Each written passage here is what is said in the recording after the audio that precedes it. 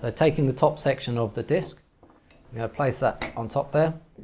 If you line up the number 3 with the nib on the bottom disc, that means the free door will latch at around 90 degrees. If the door opens further to 90 degrees, then what you can do is increase the latch angle by moving it in the direction of the arrow with the plus sign there, in that direction. So that's going to increase the latch angle.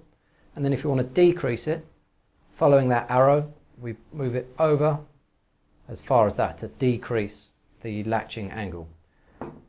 When you're happy with that, what you do is you take the black washers and the nuts and then simply do them up. Make sure when you do that up it's nice and tight so you don't get any slippage between the two discs.